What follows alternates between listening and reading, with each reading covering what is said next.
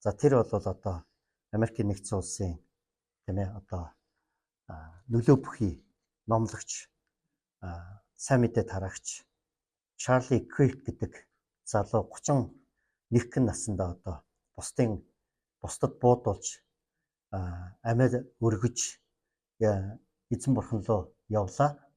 За энэ бол мэдээж тэр залууг тийм ээ одоо үзэл бодлын ч гэдэг юм уу, итгэл үнэмшлийн ч гэдэг юм уу, олон янзын шалтгаанаар тэр залууг бол одоо хүмүүс хорлож, буудаж, амийг нь хөнөөсөн. Гэхдээ түүний ам энэ дэлхий дээрх одоо тийм ээ хайртай эхнэрийгээ бага насны 2 хүүгээ орхиод явсан ч гэсэн түүний үг илүү хүчтэй, илүү одоо дэлгэрч, илүү сая хүмүүст хүрсээр байгаа ийм 7 хоног бол өнгөрлөө гэж бид нар хэлж байна. Тэгэхээр янз бүрийн рилсүүдийг та үзэж байгаа бах. Чарли Киркийн талаар. Тэгэхээр Чарли Киркийн нэг рилс дээр тэгж хэлсэн байна. Түүнийг амьд ахуйд нь нэг хүн тэгж асууж шít. Таныг энэ хороог орхисны дараа хүмүүс дурсвал юу гэж илүү их дурсаасаа гэж та хүсэж байна гэж. Тэгсэн чинь Чарли Кирк ямар ч эргэлзээгүйгээр миний зоригтой итгэлийг буюу бурханд итгэж байгаа итгэлийг мал хүмүүс дурсан яриасаа гэж би хүсэж байна гэж. Тэгэхээр олон хүмүүсийн хувьд тийм ээ ялангуяа одоо либерал үзэлтэй хүмүүс түүнийг өгснийхэн дараа бүр ингээд өөрсдийнхөө сошиал сувгаар Чарли Кирк өгчлээ гэдэг бүр баярлж байгаа тийм сатан ерөнхийлөлтний тийм сатанист хүмүүсийн одоо тийм бичлэгүүд бас давхар тархсан. Харал да Чарли чи өгчлээ штэ. Чи ингээл болоо юу? Ийм л байсан юм уу? Ийм өчүүхэн байсан юм уу гэж олон хүмүүс дог тохоо хийжсэн. Гэхдээ Чарли бол яасан бэ гэхээр итгэлээ амжилттай дуусгасан. Сайн төгсгсөн. Сайн төгсгөлийг энэ цаг үед бидэнд үнэхээр итгэлээрээ амьдралаараа харуулж чадсан зүрх зоригтой залуу гэдгийг харуулсан. Тэм учраас зарим хүмүүс түүнийг 60-аад оны дунд үед одоо өнгөт арьстай хүмүүсийн эрх чөлөөнд маш нөлөө үзүүлсэн номлогч, сэтгүүлч, нийгмийн зүтгэлтэн Мартин Лютер Кингтэй бас одоо зүүрлэн ярьж байгаа ч хүмүүс бас байгаа. За тэгвэл бид нарын эдгээр өдрүүдэд үзэж байгаа сайн төгсгөл гэдэг энэхүү цуврал сургаал бас яг Чарли Киркийн яг энэ сайн төгсөж байгаа, итгэлээ сайн төгсөж байгаа. Энэ амьдралтай уялдаатай ийм сургаалыг бас эдгээр өдрүүдэд эзэн бас бидэнд өгч байгаа юм аа. Би та бүхний ч гэсэн бид нар хамтдаа сайн төгсгцгөө гэж уриалж байна амь. За хэдэн сарын өмнө би улсын 1-р эмнэлэгт очиж хэд хэдэн биеийнхээ одоо хэд хэдэн хэсгээр шинжилгээнүүд өгсөн. За тэгээд биеийн шинжилгээ өгөх үед ер нь бол яг миний биед нэг юм 2 асуудал байна. За эхнийх нь бол юу гэхээр баг зэрэг надад бол юм муу өөх, дотоод муу өөх байгаа учраас холестерин байгаа. Тэгээ яг солонгост байхдаа солонгост ингээ бүтэн биеийн шинжилгээ өгөхөд солонгос эмч нар бол холестеринтэй бай шүү, тогтмол холестерины эм үү, дасгал хий, хөдөлгөөн хийгээл баян солонгос эмч надад тэгдэг ус. Тэгээ баян холестерины эм уудаг. Гэхдээ дасгал хөдөлгөөн хийж чаддгүй байсан л да. Тэгээ Монголд ирээд 1-р эмнэлэгт үзүүлсэн чинь яг адилхан шинжилгээний хариу гарсан байхгүй. Холестеринтэй байна. За та ер нь бол нэг 5 килограмм хасах ёстой шүү гэдэг заавар өгсөн. Тэгэхээр би Монгол эмчээс асууж байгаа. Солонгост бол нөгөө хэлний бэрхшээл байгаа учраас юм солонгос эмчтэйгээ чөлөөтэй ярьж чадахгүй байгаа шүү дээ. Монголд бол сайхан монгол эмчтэйгээ чөлөөтэй ярьж байгаа байхгүй. Одоо тэг би яах ёстой юм. Монгол эмч юу гэсэн гэж.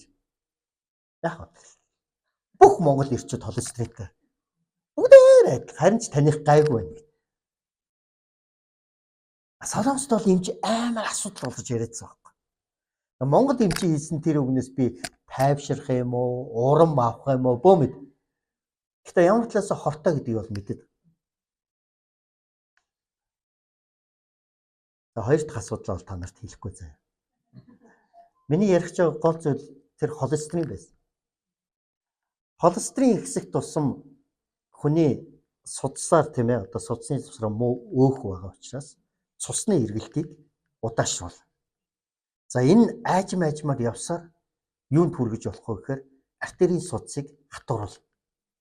Артерийн судас хатуурах үед хүн маш том эрсдэлд орох аюултай. Тэ? Зүрхний шилдээс болно. Цус харуулт өгнө. Амьдралаа эрсдэлд оруулаа явж гинэ гэсэн үг. Тэгэхээр артерийн судас хатуурах үед цусны эргэлт удаашрч, цусны эргэлт зогсох аюултай. Тэм учраас бид зүрхний тийм ээ шигдээс цус харуултанд өртөхгүй тул яах ёстой вэ гэхээр цусаа сайн яг уу шингэлж одоо эргэлтэнд оруулж явах ёстой. Ингэхийн тулд бид нар судасны хатуурлаас өөрсдөө аврах хэрэгтэй. Сэргийлэх хэрэгтэй. За тийм учраас сүүлийн үед бол би 7 5 өдөр дасгал хийж байгаа. Холестерин байхгүй болохын тулд өөрөөсөө байж болох хамгийн одоо боломжтой аргуудаа бол хэрэгжилж эхэлсэн. Тэгэхээр юу вэ гэхээр артерийн судас хатуурах үед хүн үхэж магадгүй аюултай байдалд ордог. Энэ амьдралыг дуусгана гэсэн үг. За наашаа гарч.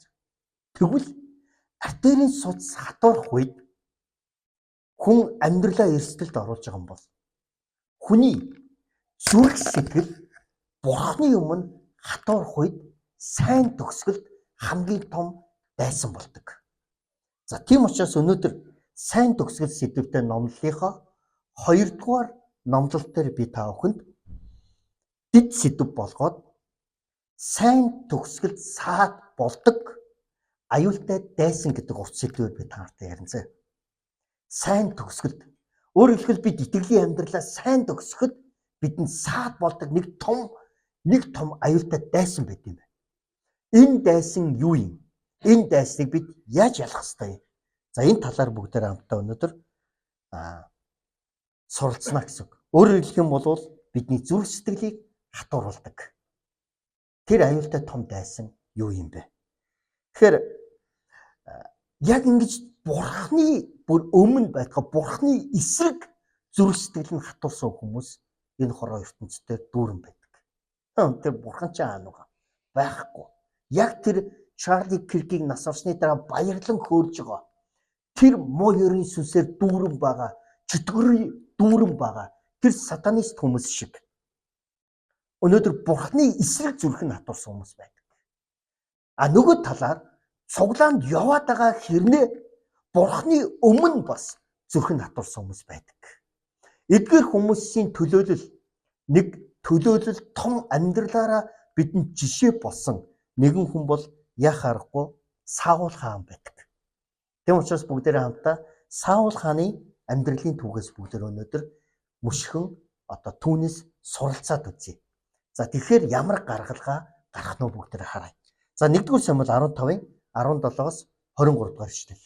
За өнөөдрийн гол текст маань 1-р Самуэль 15-ын 17-оос 23 дугаар ишлэл байх нэ.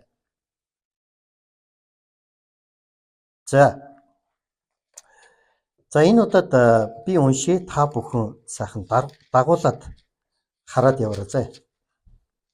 За 1-р Самуэлийн 15-ын 17-оос 23 дугаар ишлэл. За та бүхэн дагуулад хараарай, би уншия.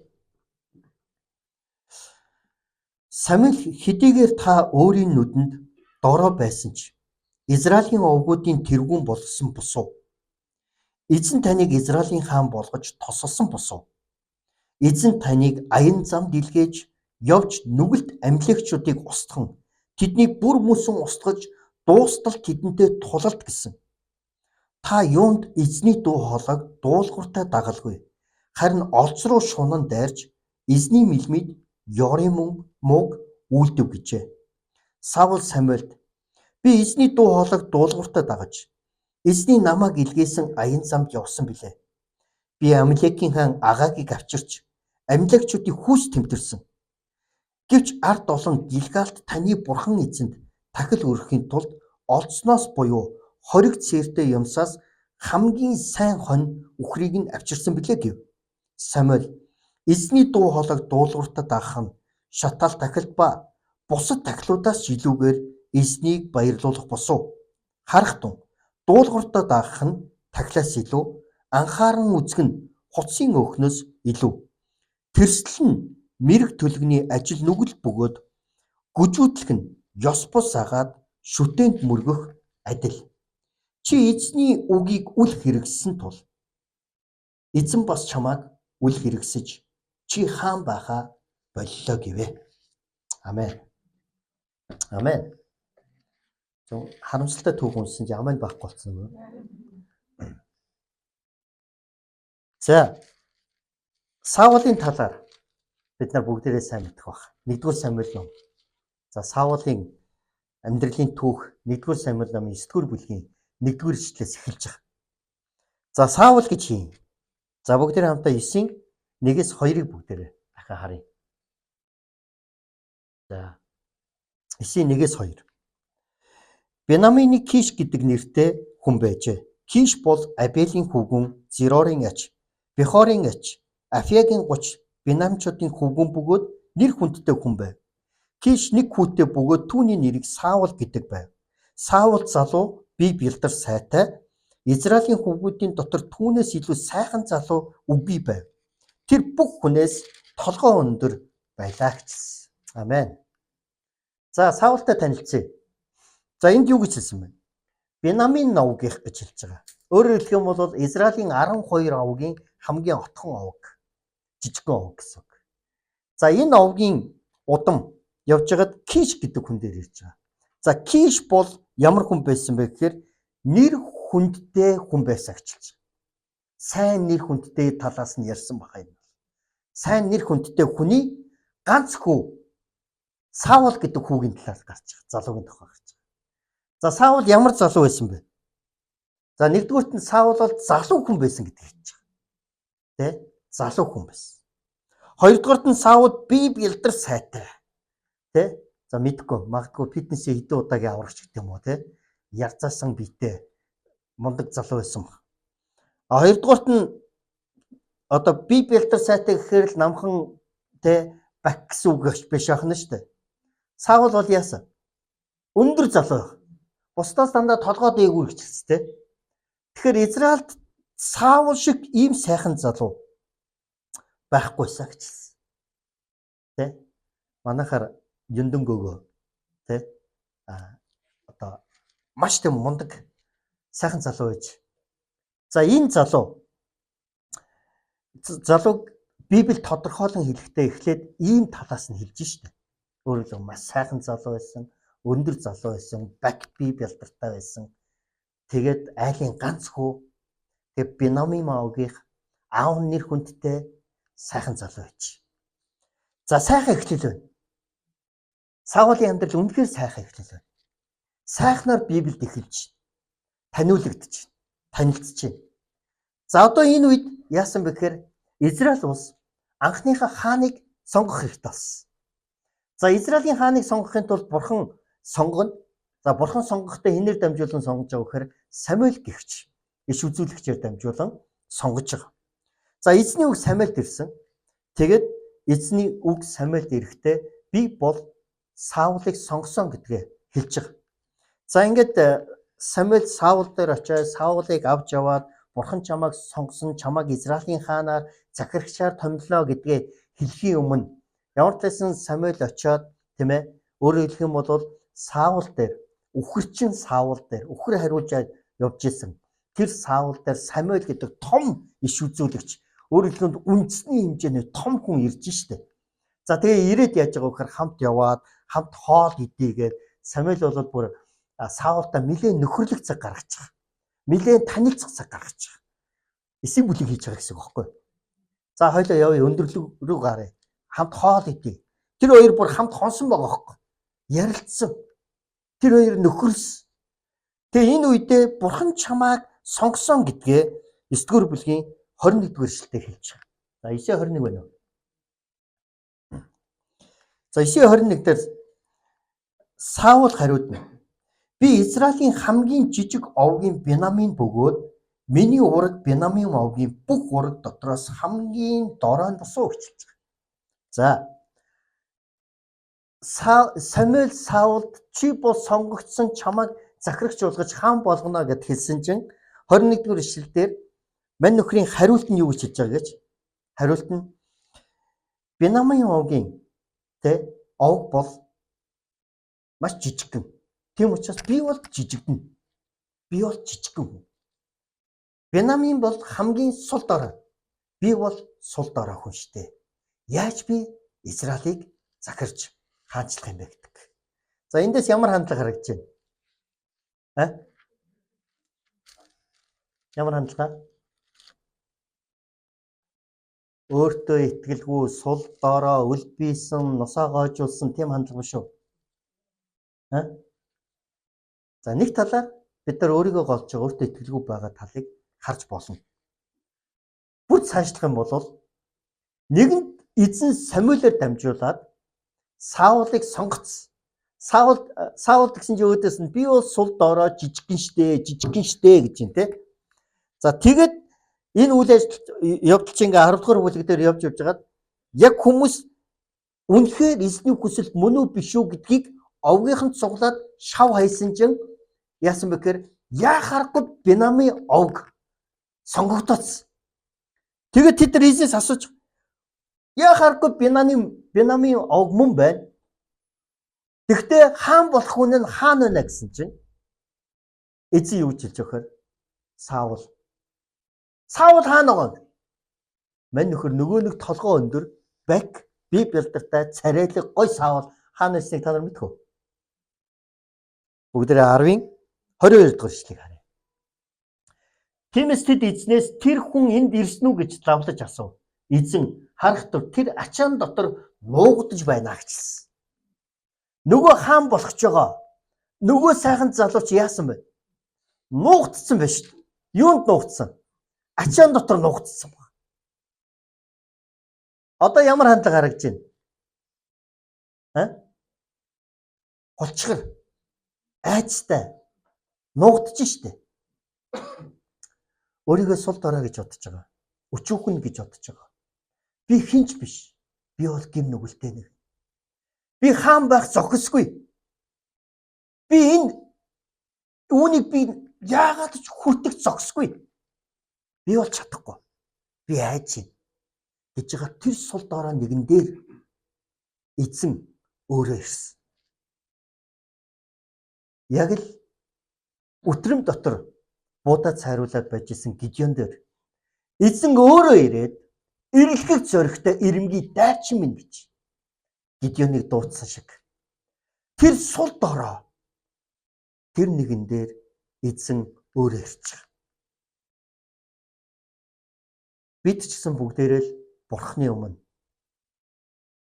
нүгэлтэнгүүд гим нүгэлтэй сул дорой тэр байтугай бид Бурхны хүү Есүс Христийн нэгүсэл ба уучлалыг авах зохисгүй. Тэр бузар гэмтэй сул дорой эмэл хүмүүс. Бурхан минь ээ яагаад ийм сул дорой гим нүгэлтэй би таны нэгүслийг хүртэх зохистой гэж. Бид нар заримдаа Бурхан ингэж хэлэхээр Бурхан биднийг төгсөөр хайрлаж тэр биднийг өрөөждөг. Би энэ нэгүслийг авах зохисгүй шүү дээ. Гэхдээ нэгүсэл гэдэг маань өөрөө авах ёсгүй байсан юмыг минь өгж байгааг, авах зохисгүй байсан юм авч байгааг нэгүсэл гэж хэлдэг. Тэгвэл үнэхээр Саулын нөхцөл байдал ч гэсэн хаан болох зохисгүй нэгэн байсан. Гэхдээ эзэн түүнийг сонгосон. Ингээд яг энэ 9-10 дугаар бүлгийг харах юм бол Саулын эхлэл ямар даруй зүрх сэтгэлтэй өөрийгөө сул дорой гэдгийг мэддэг. Өчүүхэн гэдгийг мэддэг даруй нэгэн байсан. Ямар хүнийг даруй гэж хэлдэг юм бэ? Түрүүний бид нарыг хэлсэн шиг доожоогүй, өөртөө итгэлгүй, сул дорой, би чадахгүй, би хинч биш, би бол өчүүхэн амтан гэдгийг биш. Харин ямар хүнийг даруй хүн гэж хэлдэг вэ гэхээр өөрийгөө жижигхэн гэдгийг мэддэг. Бурхныг ямар том бэ гэдгийг харж чаддаг. Өөрийгөө гим нүгэлтэй гэдгийг мэддэг. Бурхныг ямар ариун бэ гэдгийг харж чаддаг. Ийм зүрх сэтгэлийг даруй зүрх сэтгэл гэж хэлдэг юм аа. Амен. Завин дээр Петр, Есүс хоёрын харилцан яриг та бүхэн санаж байгаа бох. Петр загсыг барьсныхаа дараа Есүс рүү хараад эзэн минь би бол нүгэлтэй хүн. Та намайг орхиоч. Та намайг орхин яваач гэж хэлдэг. Ямар зүрх зоригтой хүн. Бурхныг та намайг орхиоч гэж хэлж чадж байгаа юм бэ. Яагаад гэвэл гэмшдэг. Өөрийгөө даруй болгож байгаа хүн. Тэр нь юу гэсэн үг вэ? Үнэхээр Бурханаас холдох гэсэнтэй биш. Харин Бурхан минь би таны нэгүслийг, таны ариун байдлыг авах ёстой. Тийм хүн биш ээ. Би бол гэмтээ сул дорой. Би бол үнэхээр өчүүхэн нэг юм а гэсэн даруй зүрх сэтгэлтэй хүнээс гарч байгаа энэ үг. Энэ зүрх сэтгэл, энэ хандлагыг бид нар ойлгох хэрэгтэй. Энэ итгэлийг бид нар ойлгох хэрэгтэй. Өөрөөр хэлэх юм бол Саул хийхгүй дээ. Дургуйтай биш. Харин Саул Бурхныг хэмбэ? Өөрийгөө хэмбэ? Хаан хэмбэ? Хаан тулсыг удирдна гэдэг юу вэ гэдгийг тэр анхандаа мэдгтээ тэр даруй зүрх сэтгэлээр Бурхны өмнө ийхүү хэлжсэн байдаг. Ямар гайхалтай зүрх сэтгэлийн эхлэл вэ? Ямар гайхалтай холестерингүй зүрх сэтгэл вэ? Ямар гайхалтай хатуураагүй зүрх вэ? Ямар гайхалтай даруй зүрх вэ? Би дахиад хэл. Даруй хүн гэдэг бол өөрийгөө жижигхэн болгож харахтаа Бурхныг том болгож хардаг хүн хэлдэг. Харин бардан хүн гэдэг бол өөрийгөө том болгохдоо Бурхныг жижигхэн болгож хардаг хүнийг бардан хүн хэлдэг. Бурхан минь та байжээ. Эхлээд би үцэдхий. Эхлээд би амьдраатхыг. Эхлээд би яваатхыг. Дараа нь яг та гэдэг. Бурхныг жижигхэн болгож өөрийгөө том болгодог хүнийг бардан хүн гэж хэлдэг. Тэгвэл эхлэл Саулын эхлэл өөрийгөө жижигхэн болгосон. Өөрийгөө сул дорой гэдгийг мэдсэн. Өөрийгөө үнэхээр тийм ээ би чадахгүй гэж ачаан дотор нуугдсан тэр Саул 11-р бүлгэрөө оръё. Сая Саулын зүрх сэтгэлийн хандлагын эхлэлийн талаар ярьсан бол одоо бүгдээрээс Саулын үйл хэргийн эхлэлийн талаар, үйлчлэлийн эхлэлийн талаар бүгдээрээ 11-р бүлгээс харж байна. За 11-р бүлгийн сүүлийн ишлэл буюу 15-р ишлэлийг би дахин та бүхэнд уншиж өгье. Энд ингэж хэлсэн. Тинхүү бүх ард түмэн Гилгал руу явж тэнд эзний өмнө тэд Саулыг хаан болгов. Тэд бас эзний өмнө эвийн тахлуудыг нядалж тэнд Саул болон Израилийн бүх хүн асар ихээр баярцгааваа гэжсэн. Амен.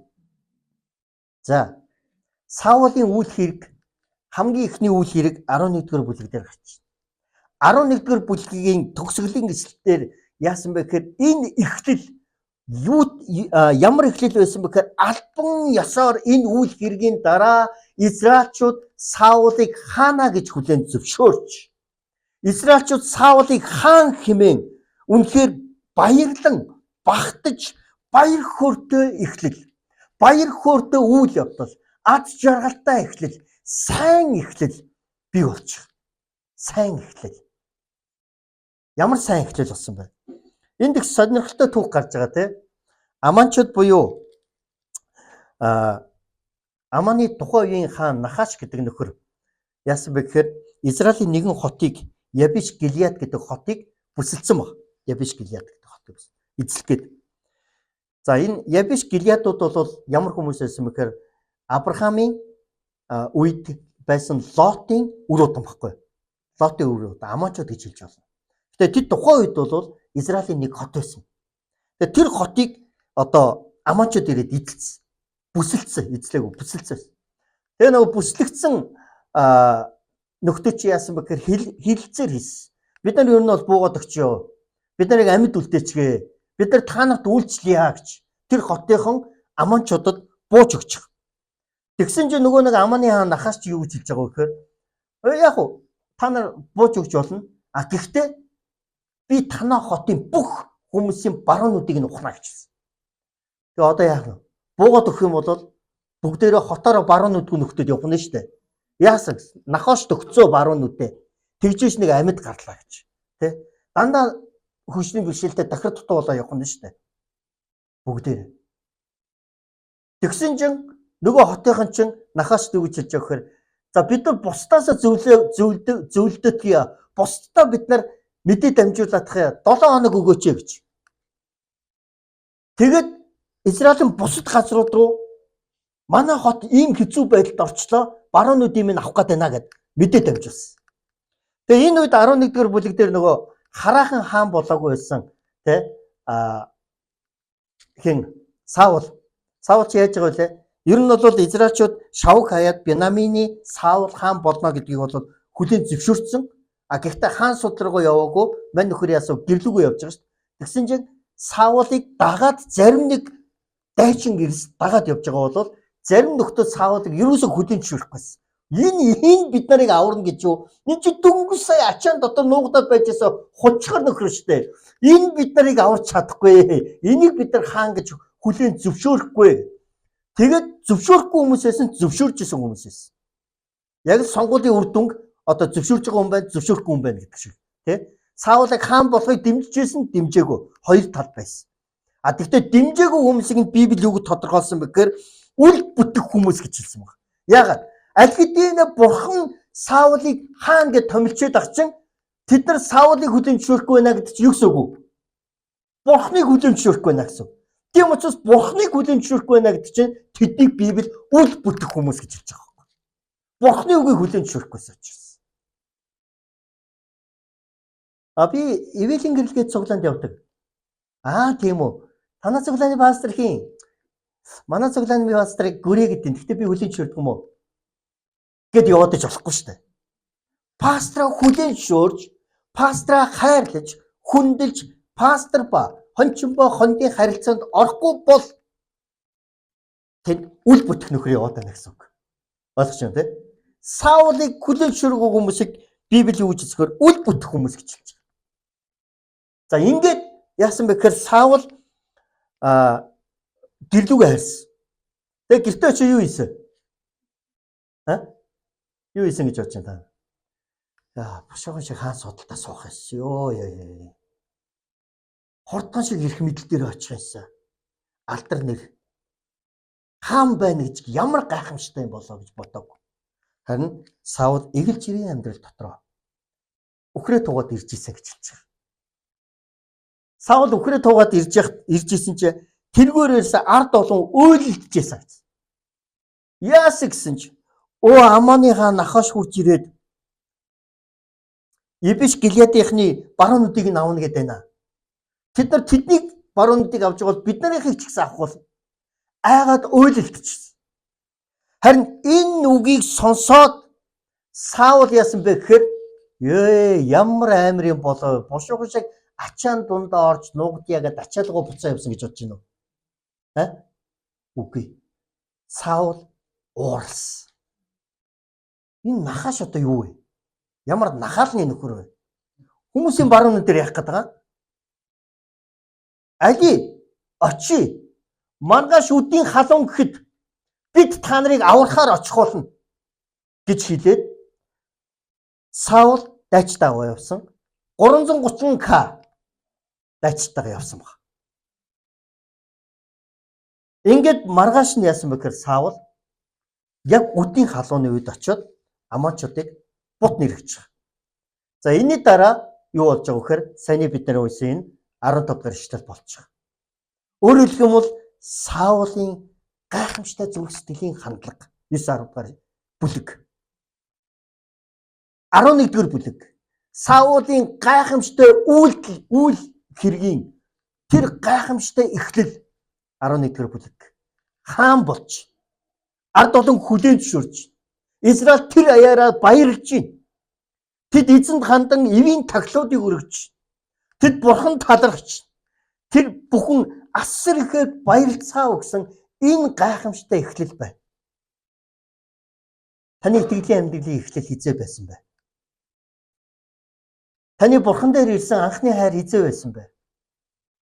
Таны бурханы өмнө үнэхээр сүнс дотор дүүрж баярлан хөөрж исэн тэр гал халуун сэтгэл.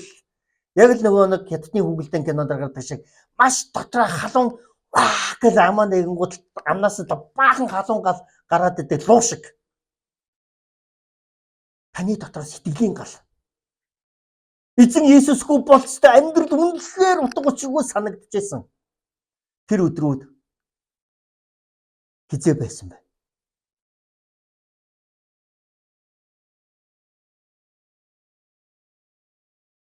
Анхны хайраа санаж гинөө. 10 жилийнхаа үерчээс охин банд хоёрын тухай яриаггүй шүү. Харин эзэн Есүс дээр ирж ирсэн. Тэр анхны хайр. Тэр итгэл. Тэр баяр хөөр одоо ч гэсэн танд байна уу? Сайн эхлэл хизээ байсан бэ? Заримдаа итгэлийн амьдрал гэдэг бол маш муу нөхцөлд маш сайн эхэлсэн байдаг. Хавчлага зовлон, дарамт, асуудал, бэрхшээл. 90-ад оны их үед бол Есүс итгэнэ гэдэг бол яг үнэндээ бол амархан байгаагүй. Тухайн үеийн миний найз охин одоо бол миний эхнэр соёлог аав ээж нь цуглаанд явсныхын төлөө зоддог, хордог, гэртэн түгждэг.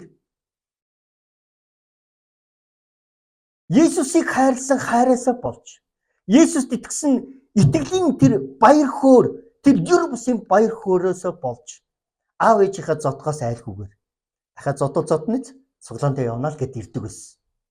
Бүгдээрээ л тийм байсан. Маш их хавчлага, буруутгалын донд бид нар анх Есүст итгэсэн. Бид нар Есүсээс итгэн байтугай Есүсийг тунхагласандаа яг л энд баярлцгааж байгаа шиг бид баярладаг байсан.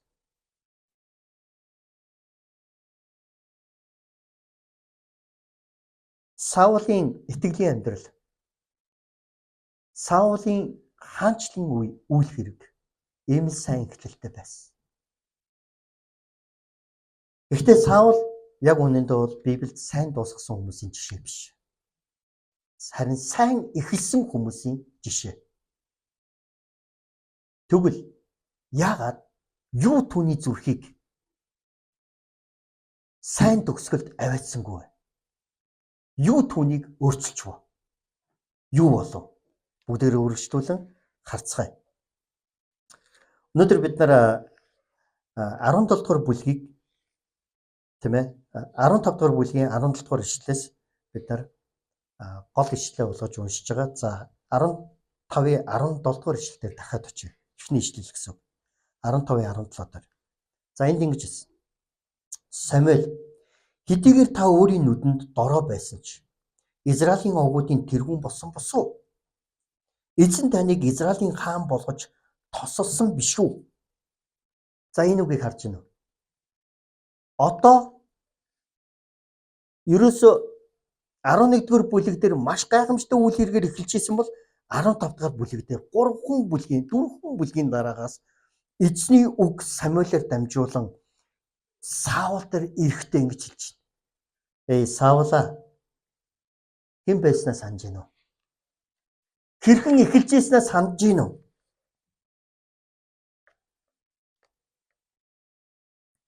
Эхлэлийг нь сануулж байна гэсэн үг. Эхлэлийг нь сануулж. Өөрөө хэлсэн шүү дээ Саул. Би бол Бенамин овгийн жижигхэн сул дорой. Харин энэ сул дорой энд хараа та нар сайн харж байна. 17 дугаар эшлэлээр хэдийгээр та өөрийн нүдэн гэж хэлж байна шүү дээ. Нөгөө өөрийгөө хараад өөрийнхөө нүдээр өөрийгөө тодорхойлж хэлжсэн шүү дээ. Би бол жижигхэн, би бол сул дорой гэж хэлжсэн. Гэхдээ яг үнэндээ бол Бурхан таныг тэгж хараагүй шүү дээ. Бурхан таныг яасан?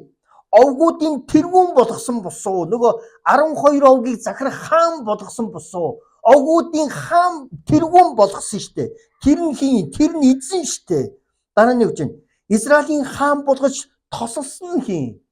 Бурхан өөрөө таныг тосолсон шүү дээ гэж. Ах トゥ усаа. Бид ийм сул дорой гэмнүгэлтэй. Өөрөөрөө юу ч чадахгүй ачаагүй сул дорой байхад хэн биднийг тосолсон юм бэ? Хэн биднийг өргөсөн юм бэ? Хэн биднийг аварсан юм бэ? Хэн биднийг уучлсан юм бэ? Хэн бидэнд ивэлээ өгсөн юм бэ? Тэр бол бидний цорын ганц амьд ихэдсэн Бурхны хүү Есүс Христ юм. Есүсээр дамжуулан тэр биднийг босгосон. Харин одоо юу болсон? Саулыг босгосон эзэнд эзний өмнө Саулын зүрх сэтгэл яагаад хатуурч? Саулд эзэн энэ үгийг яагаад хэлэх болов? За, Саулын алдаа юунд байсан бэ? За одоо нааш харж байгаа. 4 зүйлийг би хэлнэ. Саул юунд алдсан бэ? Нэгдүгürt нь Саул хаан болсныхаа дараа Саул бурханд биш хүмүүст таалагдах хаанчлалын байр сууриа батгахын тулд бурханд өөрийг нь тосолсон, өөрийг нь өргөмжилсөн бурхан дээр биш харин хүмүүс дээр төвлөрсөн. Хүмүүст таалагдахын тулд Саул бүх анхаарлаа тийш нь хандуулсан. За энэ хаана болсон бэ? 13 дугаар бүлэг. 13 дугаар бүлэг дээр Филистичтэй тулалдахын өмнө Саул эзэнд өргөлийг шатаал тахлыг өргөх ёстой. Гэхдээ хууль дүрмээрөө бол хаан хүн хизээч тахилчийн ажлыг хийдэггүй буюу хаан хүн бол хизээч тахил өргөж болохгүй байсан. Тийм учраас тухайн үед тахилыг өргөх ганц хүн нь тухайн пастор Самуэль байсан. Тэр пастор Самуэль иржээж тэр шатаал тахилыг өргөх ёстой байтал Самуэль ирэх цагаас 7 хоног хоцорсон. 7 хоног тэд хүлээсэн. Тэгээд яасан бэ гэхээр хүмүүс баг багаар явж эхэлсэн баг. Хамгийн гол нь хүмүүс байх нь чухал байсан байхгүй. Саулын хувьд хүмүүс байж шатаал тахил өргөөд Саул хүмүүст мундаг, сайн, бурханлаг, инрэл нэгүсэнтэй, бурхантай харилцаатай мундаг хаан гэдгээ бүх хүнд харуулах гэсэн. Ихтэй яасан бөхөр Самуэль ирэхгүй байсан учраас хүмүүс баг багаар явж эхэлсэн. Тэгсэн чи яасан гэж Саул тэсгээ байгаад хүмүүст харагдахын тулд өөрөө шатаал тахилыг өргөсөн нь Бурхны өмнө маш том гин байсан. Өөрөөр хэлэх юм бол тэр Бурхны тушаалыг зөрчсөн. Бурхны хуулийг зөрчсөн. Хараа, хүн гэдэг ийм л байдаг. Хүн бол хүн таалагдахын тулд амьдарч идэг. Хүн бол хүмүүсээс алга ташлтыг авахыг их хүсэж идэг. Хараа, заанаа шахаж. Шатаал тахил гэдэг бол өнөөгийн хэлээр бол хүндэтгэл мөргөл. Бурхантай харилцаа. Тэ? Хүндэтгэл мөргөл яах гэж явагддээ? Яах гэж цуглаанд ирдээ? Олон хүн байх нь чухал юм уу? Олоолаа байх нь чухал. Тэр бол том цуглаан, мундаг цуглаан, гой цуглаан, сайхан цуглаан байж болно л та. Тэгээд зорилго нь юу? Саул олон хүн байхад шатаал тахил өргөхдөө төвлөрсөн бол харин Самуэль олон хүн байхгүйдаа чухал биш, харин бурхан зориулсан чин сэтгэлийн хүндэтгэл мөргөл өргөх нь чухал байсан. Өөрөөр хэлбэл бурханы өмнө зүрхэн зүв байх, бурханы өмнө зүрхэн байх ёстой газар байхыг л Самуэль хүсчихсэн Саулаас. Яг үнэндээ бол хүндэтгэл мөргөл гэдэг бол хүнд зориулагдаагүй, хүндэтгэл мөргөл гэдэг бол бурхан зориулагдсан. Тийм учраас бид бурхан руу хандсан зүрх сэтгэлээ дээж болохгүй. Харин Саул энийг дээж хүмүүстээр төвлөрсөн эхний асуудал байсан. Хоёрдугаарт нь Саулын хоёр дахь асуудал бол юу байсан бэ гэхээр тэр бурханыг болон Самуэлийг хуурахыг оролцсон. 15 дахь бүлэг дээр Саул амьлагчуудтай тулалдж байгаа. Амьлагчуудтай яагаад тулалдсан бэ гэхээр яг үндэ бол Саул ч өөрөө тулалдыг очиж тулалдчихаг байхгүй. Энэ бол зүгээр нэг махан биеийн тулаан биш байсан. Энэ бол бурхнаас өгөгдсөн тулаан байсан. Өөрөөр хэлэх юм бол занаа шахаж. Бурхан Саулд өөрөө тэгж хэлж. Чи яваад амьлагчуудтай тулалдаж, амьлагчуудыг газрын хөрснөөс арчиж хүс тэмдэг юу ч бүүлдэ. Яагаад гэвэл амьлагчууд тийм ээ одоо Израильчуудыг Египтийн дардлаас гараад эзний амлсан Ханаан руу явж байгаад саад болж тэдэндээ тулалдсан. Тийм учраас амьлагчуудыг би юу ч үлдээхгүй.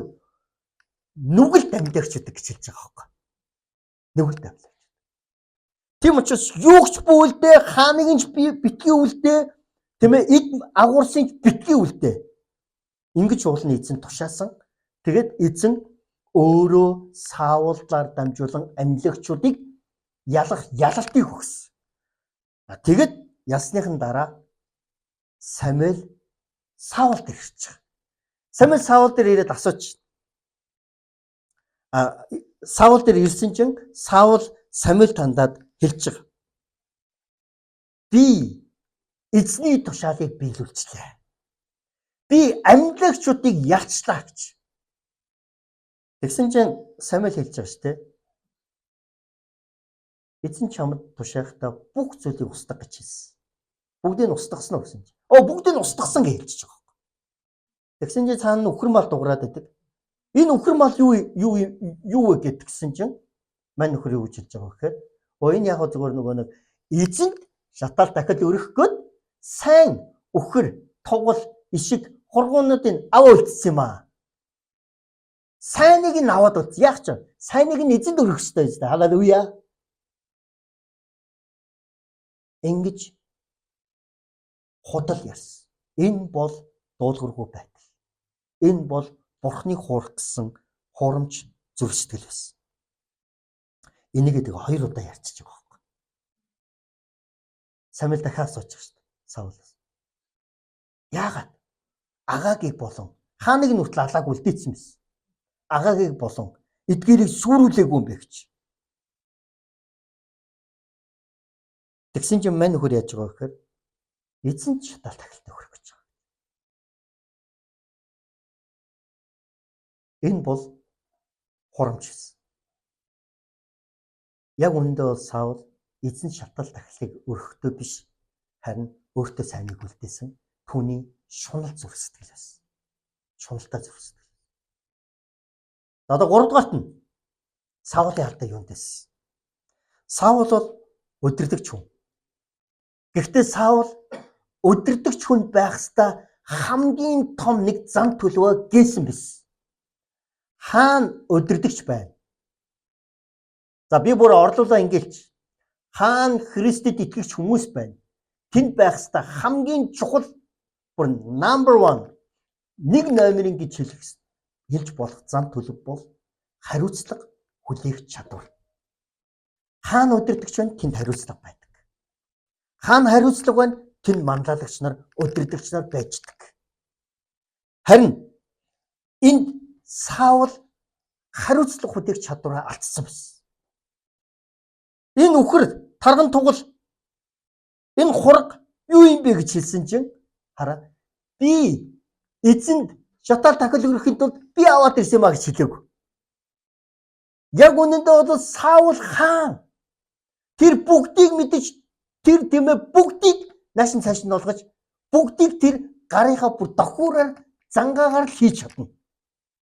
Гэхдээ Саул энэ эрх мэдэл энэ удирдлага дээр хариуцлага хүлээхгүйгээр юу хийсэн бэ гэхээр ард олон эдгэрийг авчирсан юм а гэж.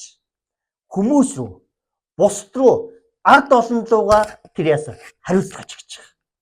Өөрөө бултчих. Ийм нөхдөд байдаг. Юмыг зохицуулаад сурцсан. Эр хүний 13 мэхэ хийгээд. Өөрөөр хэлэх юм бол за нааш анхаарч. Яг үнэндээ өдөрдөгч хүн бол үргэлж өөрийгөө толинд хардаг, толины зарчмаар амьдрах ёстой. Асуудал бий боллоо. Толинд харгав. Хин харагдах уу? Цуглааныхан чи харагдахгүй шүү дээ. Хин харагдах уу? Би харагдана.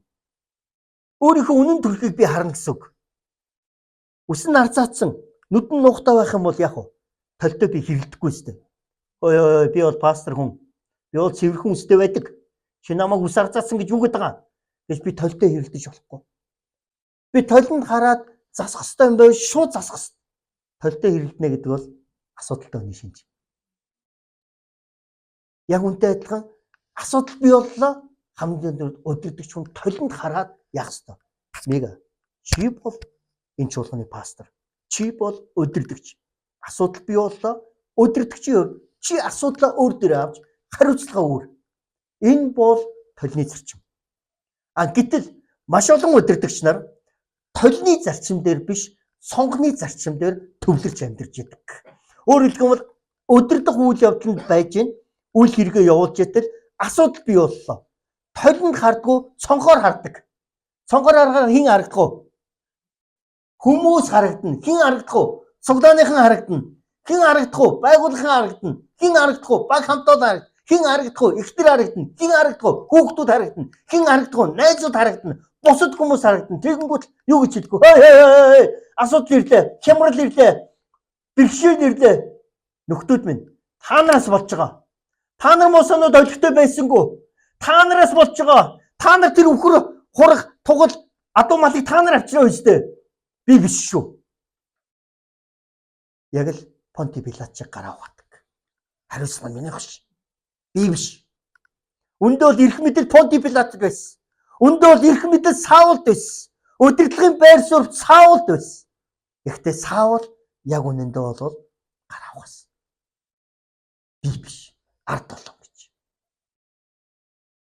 Та толинд хардаг хүн үү? Цонхоор хардаг хүн үү? Дөрөвдүгüрт нь Саулын алдаа юу байсан бэ? Хамгийн том алдаа. Саулыг муу төгсгөл тавиадсан хамгийн аюултай том дайсан. Энэ дайсан байсан учраас саяны хэлэгдсэн 3 дайсан Саулаас гарсан. Саулын дотор бий болсон. Нөгөө анхны хайр, нөгөө сайн эхлэлийг баллуурсан баллуур бол юу байсан бэхээр Саулын дөрөвдөх том аюултай зүрхний хандлага нь энэ бол дуулуургүй байдал буюу бардамнал байсан. Энэ бардамлыг яаж мэдж байгаа вэ гэхээр ягаад бардамнал гэж хэлж байгаа вэ гэхээр ягаад гэвэл Саул Бурхны өмнө хийсэн алдаандаа хийсэн гэм нүгэлдээ харамссан болохоос гимшээгүй. Гимшдэггүй зүрх бол бардам зүрх юм гэсэн үг. Гимшдэггүй зүрх бол өөрийгөө Бурхнаас хамааралгүй байна гэж бодож байгаа тэр зүрхийг хэлж байгаа маа гэсэн. Мэдээж Библиэд гин бүр адилхан гэж хэлдэг ч гэсэн адилхан чанартай гэж хэлж байгаа ч гэсэн чи худлаа ярьж гин үү? Чи тэр байтугай тэвэ боддоор Чарли Киркийг алж гин үү? Дотроо үзэн ядаж үгээрээ алж гин үү? Энэ болгон яг адилхан гин юм агчс. Чи завхаарсан байна уу? Хүн алсан байна уу? Эсвэл чи хүнийг дотроо үзсэн ядсан байна уу? Эсвэл чи худлаа ярьсан байна уу? Гин бүр адилхан гэж хэлсэн. Гэхдээ Библи хэлэхдээ энэ гим нүглүүдийн дундаас хэрэг онцгойлоод аль нь хамгийн бузар, хамгийн аюултай гим юм бэ гэж Библиэс бид нар хайх юм бол тэр нь Бурхны өмнө хатуурсан зүрх буюу Бурхны өмнө байгаа бардам занг хэлдэг. Бардамны сүрлийн өмнө бардамнал явдаг. Бурхан бардам хүнийг доош нь дардаг. Харин дав хүнийг босгодгоо гэж эзэн хэлдэг. Өөрөөр хэлбэл бардамнал бол сайн төгсгөлийн хамгийн том аюултай дайсан юм гэсэн. Та нар харж байна уу? Саулын дараа хаанчлыг залгасан түүний залгамжлал бол Давид. Энэ хоёрын хооронд маш адилхан зүйлүүд олон байгаа. Гэхдээ жижигхэн хэрдээ маш том ялгааг энэ хоёр бий болгож чадсан хаадууд. Яг үнэндээ бол Саулын завхаарлын тухай Библиэлд бичээгүй. Саулын хүн алсан тухай Библиэлд бичээгүй. Яг үнэндээ бол Саулын талаар тийм амар ноцтой гим нүглүүд байхгүй юм шиг бид нар харж болно. Гэхдээ Давидыг харах юм бол ямар нүгэлтэй, ямар баялаар, ямар заван амтан бэ гэж харахаар гим нүглүүд Давидын талаар бичигдсэн байдаг. Давид яс цонхоор харж хагаад нэгэн үзэгсэндээ бүсгүй байсан түүнийг авчираад завхаарсан. Түүнтэй унц. Тэр нь жирэмсэн бос. Жирэмсэн босныг нь мэдэнгүүтлээ Давид хор найруулсан. Устрын хор найруулж байгаа. Ямар хор найруулсан? Нөхрийнх нь хүүхдгээд ойлголцъя гэж бодоод өөр яг Дайны талбараас фронтоос авчирнгуутлаа арх уулгаж аваад гэрт нь хонуулах гад ихнэртэй нунтуулж өөрийнхөө нүглийг балуурдах гад цайруулах гад алга болгох гад ийм хор найруулж бүтээгүй. Өөрөө гэртээ очиагүй байгаа хөөхгүй. Миний анд найзууд, миний дайчид, миний цэргүүд фронтод тулалж яхад би арх угаад гэртээ сайхан ихнэрийнхээ халуун дулаан ингэж тэрврүүлээ байж ах. Би тэгж чадахгүй гэд очиагүй байгаа хөөхгүй. Давидын нөгөө нэг завхаарсан булаанд илэрх гээд идэг. Асуудал болоод идэг. Тэгэнгүүт мань нөхөр яс өөрөө эцсийн бүлэгтээ алаа хийж байгаа. Алуулж байгаа. Завхаарс хүн алс. Саул ийм гимнүгэл бичигдээгүй шүү дээ. Гэхдээ Давид сайн төгсгсөн гэдэг. Давидын хаанчлал мөнхөд үргэлжлэсэн. Саулын хаанчлал мөнхөд үргэлжлэв. Шудраг бус юм шүү. Бурхан юу игээд нэ? Заримдаа бид нар тэгж боддог. Манай цуглааны тэр надаас илүү муухай зантай. Амар нүгэлтэй, амар гимтэй, амар ачаагүй, амар завааштай, амар хэрүүлж, амар ховж, амар атаархуу гэсэн ирнэ тэр надаас илүү амьдрал агамдаа. Надаас илүү вэрдэл агамдаа. Тийм байж тэр тийм гой найз залууд олцсон байгаа юм да. Би болоог байхад.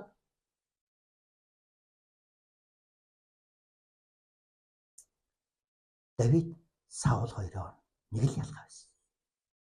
Саул хийсэн нүгэлдээ Давид чиг гимшээгүй. Саул юун дээр төвлөрсөн бэ гэхээр хүмүүс дээр төвлөрсөн. Саул их мэдл дээрээ төвлөрсөн. Саул шунал сэтгэл дээрээ төвлөрсөн. Саул юун дээр төвлөрсөн бэ гэхээр хариуцлага хүлээхгүйгээр бусдад хариуцлага хүлээхтэй өргөхдөр төвлөрсөн. Саул дуулуургүй байсан. Яагаад гэвэл Саулын зүрх хатуурсан байсан учраас. Артерийн судас нь хатуурсан байсан гэсэн. Одоо яг үнэндээ бол Саул үхэл амьдралын зааг дээр зүрхний шивдээс болох үгүй юу гэдэгтэй байгаа мэд сүнслэг байдал нь ийм байсан. Харин яг үнэндээ бол Саул тэр үедээ Давид чиг гэмсэн бол, улаасан бол, илчилсэн бол үнэн зүрхээрээ Бурхны өмнө ирсэн бол яг л дуулал номын 51 дугаар бүлгийн 16 17 дугаар эшлэлээр хэлсэн шиг Давид эзэнд хандан гимшлийн дуулалыг өргөхдөө эзэн минь та үндэ болож шатаал тахал өөх тостоош тахилд та баярлдаггүй харин та эмтэрсэн болоод гимшдэг зүрхэнд та баярлдъйма эмтэрсэн болоод гимшдэг зүрх таныг баярлуулдъйма гэж залбирч ийсэн. Яг тэр Давидын гимшил яг үнэндээ бол Саул өөх тостой өхрөн малыг эзэнд өргөхөд болно гэж бодож исэн бол Давид үгүй тэр биш. Уучлаарай. Гимшсэн болоод эмтэрсэн зүрх, даруй зүрх сэтгэлийг эзэн таалт юм а гэдгийг Давид мэдчихсэн. Тийм учраас Давид эцсийн бүлэгтээ энэ хорвоог төгсөхдөө тэр сайнтай муутайгаа явж хагаад эцсийн бүлэгтээ тэр сайн төгсгсөн бол Саул сайн эхлээд муу төгсгсөн. Яагаад? Би дахиад хэлье. Яагаад гэвэл Саулын зүрхэнд байсан түүний сэтгэлийг хатууруулсан хамгийн том дайсан бол Бурхны өмнөх бардам байдал. Үүнийг бид нар юунаас харж байна? Нэгдүгээр хараа. Саул эзний өмнө гимшээгүй. Яагаад гимшээгүй гэж?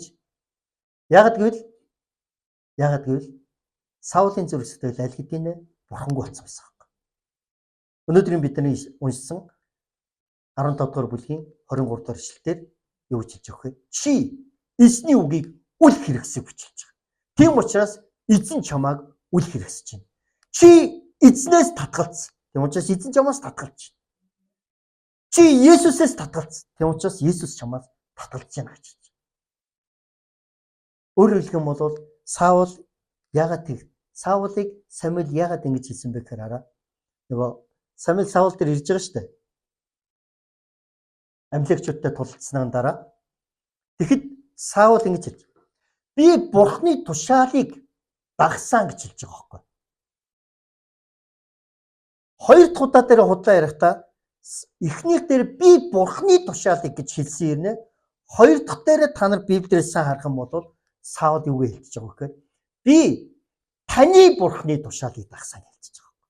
Таны нөгөө анх өөрийг нь сонгосон, тосолсон Саулийн бурхан одоо Саулийн бурхан биш, Самуэлийн бурхан болсон явж байгаа. Таны тушаалыг ямар өөдгөө сонсогдох юм? Бисаа юу гэж вэ? Өөр Монгол үг шиг ярьсан үгүй. Яг үнэндээ бол гоо тантай хамт цуглаанд явж ирсэн нэг найз чинь гээд танаа Есүс чинь гээ яриад унал яах вэ? Онцгой сонсогдно үстэй. Хоёулаа адилхан мөр зэрэгцсэн итгэлийн амьдралаар хамт явж ирсэн аа. Гэнт хэсэг хугацааны дараа хой сургуулийн дундаар ягаас Библи уншаад байгаа юм яга уцаар байдаг. Наа чи танаа Есүс юу гэж ингэж ингэ яриад бол муухай өстэй. Бидний эзэн шүү дээ. Миний эзэн шүү дээ. Саул яасан? Энэ зүрх сэтгэл алдсан байсан. Тийм учраас түүний зүрх нь эзний эсрэг хатуурсан байсан. Түүний зүрх нь эзний өмнө хатуурсан байсан.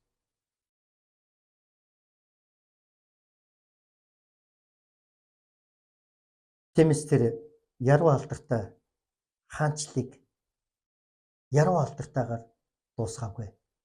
Харин тэр филистчүүдийн суманд өртөж өөрийнхөө элдэн дээр өөрөө бүлэгдэж энэ хорвоог дуусгасан байдаг. Түүний дараа түүний дайсан түүний толгойг нь авч үлгсэн байдаг. Гэхдээ амьд ахуудад тусуулж исэн нэгэн бүлэг хүмүүс түүний цогцыг нь авч буцаагаад авчирсан тухай 1-р Самуэль ном өгүүлээд 31-р бүлгээ дуусгаж байгаа. 9-р бүлэг дээр ямар гайхамшигтай сайн эхлэл байлаа. Харин 31-р бүлэг дээр эзний хүн болох Саул ямар муу төгсгөлийг бий болгож байгааг бид харж байгаа. Энэ бол тэр филистчүүдэд, амончуудад дайсандаа ялагдсан ялагдал байгаагүй. Харин энэ бол тэр зүрхэндээ байх бардамлын хатуурлаа ялж чадаагүй ялагдал байсан. Бардамлаа тэр ялж чадаагүй. Мянган хүмүүс сайн эхэлдэг, муу дуусгадаг. Ялангуяа эрчүүд юунаас болж муу дуусгадаг гэхээр эрчүүдийг унгаадаг сатаны хамгийн том арга мэх бол бардамнал. Одоо харж байна уу? Саул эхэндээ өөрийгөө жижигхэн болгож бурхныг том болгодог гэсэн. Харин сүүлдээ Саул өөрийгөө том болгож бурхныг жижигхэн болгосон. Энэ л асуудал байна. Зүрхийг судсыг цусны эргэлтэнд юу саадуулж артерийн судсыг юу хатууруулж юу хүнийг зүрхний шивдээс түргэж аюултай ноцтой байдалд оруулдаг гэхээр магадгүй муу өөх тос, магадгүй холестерин. Яг үнтэй адилхан бидний сүнслэг амьдралыг юу зогсоож, итгэлийг минь юу унгаж, юу бидний бурхнаас холдуулж, юу биднийг амжилтгүй муу дуусгуулдаг вэ гэхээр зүрхний бардамнал. Тийм учраас өнгөрсөн бүтсэн өдөр бид нар энэ номлолыг эхлэхдээ бид нар номлогчийн өгсөн номоор эхэлсэн. Яг үүндээ бол төгсгөл нь эхлэлээсээ илүү чухал аж. Зүрхний бардамнал нь аюултай маа гэдгийг бид нар ярьсан баг.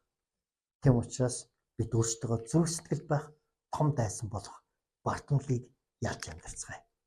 Бардамнал бол та бидний итгэлийн амьдралыг сайн төгсгөл саадуулдаг том дайсан юм а гэсэн. Хамтдаа залбирцгаая.